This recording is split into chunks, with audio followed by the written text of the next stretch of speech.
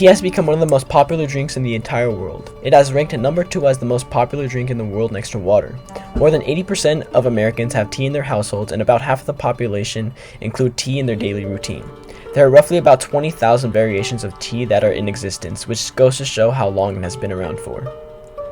Tea showed early signs of existence in Eastern Asia around the early 1600s. It was mostly found in China at the time, but soon started to spread its influence elsewhere.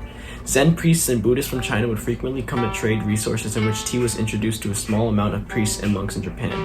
It wasn't until the year 805, during the Heian period, where Japanese Zen priest Saisho brought the first tea leaves from China after his travels strictly as a use for meditation for monks.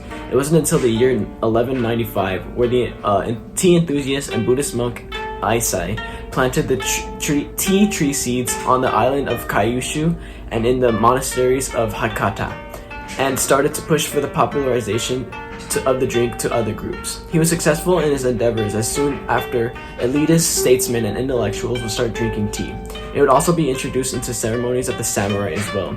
It wasn't until the publishing of his book Drinking Tea for Health where it became a popular drink among all citizens of Japan. The early beginnings of tea in Japan help historians understand the discipline and etiquette of Japanese culture.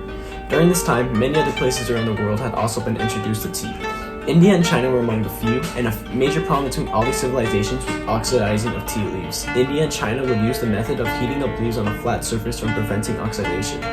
But Japan took it a step further. The Japanese would focus more on green teas, so they would have to steam them instead. These methods consisted of asamushi, which was a quick steam, churumushi, a medium steam, and fukamushi, which was a very long steam.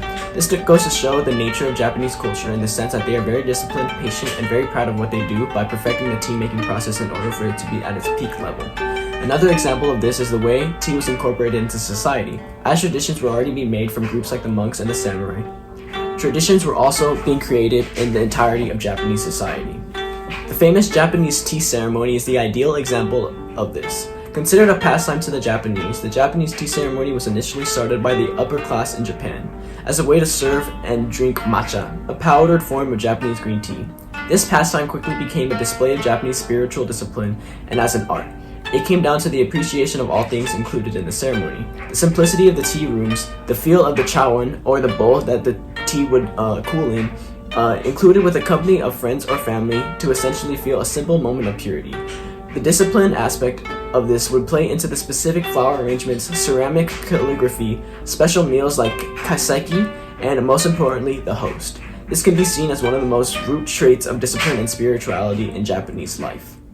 So the next time you decide to drink a warm cup of tea, just know that the drink has become a bridge of spirituality for many generations prior to us.